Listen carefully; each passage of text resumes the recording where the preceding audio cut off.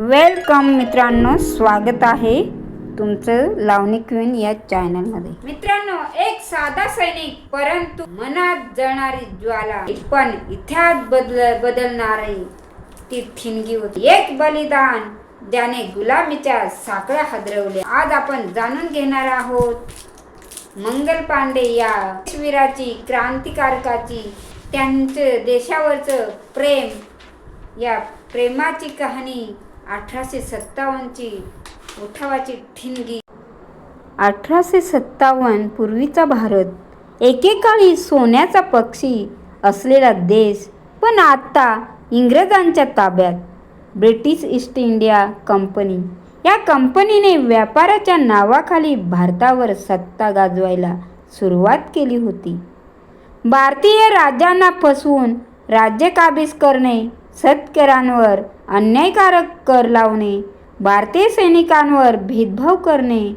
भारतातील प्रत्येक कोपऱ्यात असंतोषाचा ज्वालामुखी धुमसत होता. आणि 1857 मध्ये एका हिंदी शिपायाने 1857ला एक मोठा उठाव घडवून आणला. आणि त्या उठावाचे अनेक कारण आहेत. त्याचे अनेक कारण आहेत मित्रांनो. त्यापैकी पहिलं कारण म्हणजे राजकीय कारण. लॅपचा सिद्धांत. राजा वारस नसल्यास राज्य इंग्रजांकडे. म्हणजे लॅपचा जो सिद्धांत होता, जर राजा एखादा मृत्युमुखी पावला आणि त्याला जर वारस कोणीच नसेल तर त्याचा जो वारसा हक्क आहे तो आपोआप इंग्रजांकडे जात होता. अनेक संस्थांचा त्यामुळे इंग्रजांनी नाश केला आणि वारसा हक्क त्यांनी स्वतःकडे राखून घेतले. दुसरे कारण म्हणजे आर्थिक कारण होतं. शेतकरी कर्जात बुडाले. इंग्रज त्यांच्या मनमानीने वेगळे पिकं घ्यायला लावत होते आणि त्यामुळे शेतकऱ्यांना कर्जात बुडावं लागलं. कारागिरांचा रोज संपला. तसेच तिसरे कारण म्हणजे धार्मिक कारण.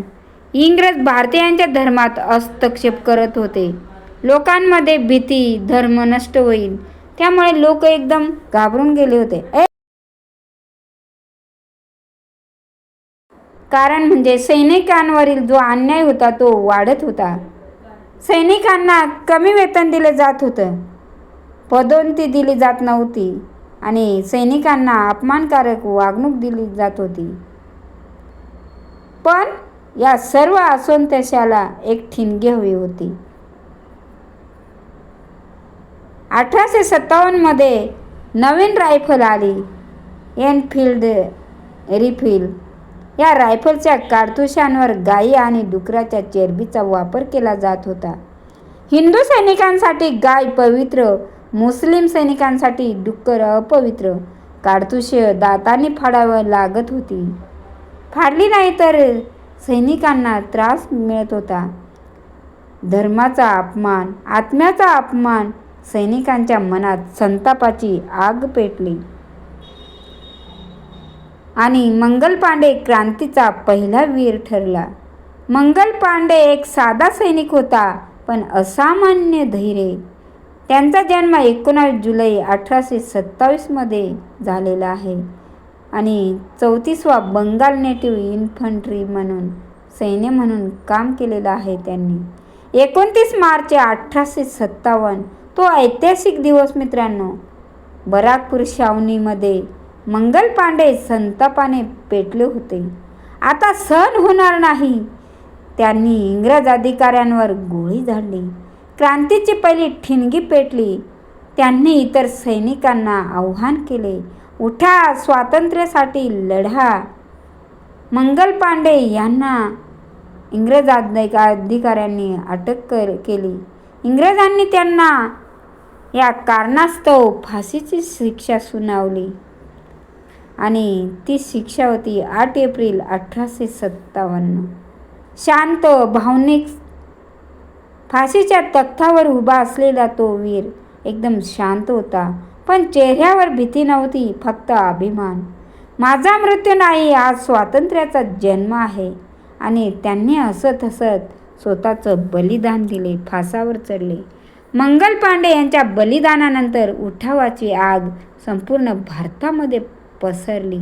मेरठ, दिल्ली, कानपूर, झाशी असे अनेक ठिकाणी उठाव झाले आणि राणी लक्ष्मीबाई,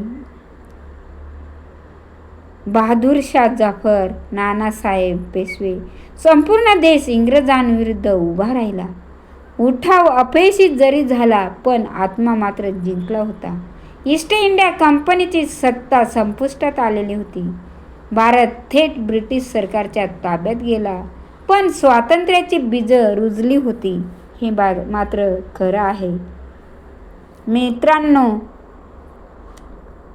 बघा, आपल्या स्वातंत्र्यासाठी, आपल्यासाठी किती मोठ्या या क्रांतिवीरांनी आपलं स्वतःचं बलिदान दिलं.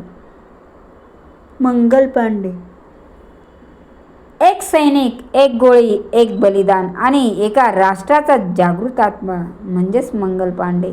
हे नाव फक्त इतिहास नाही तर प्रत्येक भारतीयाच्या हृदयात धडकणारी प्रेरणा आहे. जर तो उठाव नसता तर कदाचित स्वातंत्र्याचा सूरही उमटला नसता.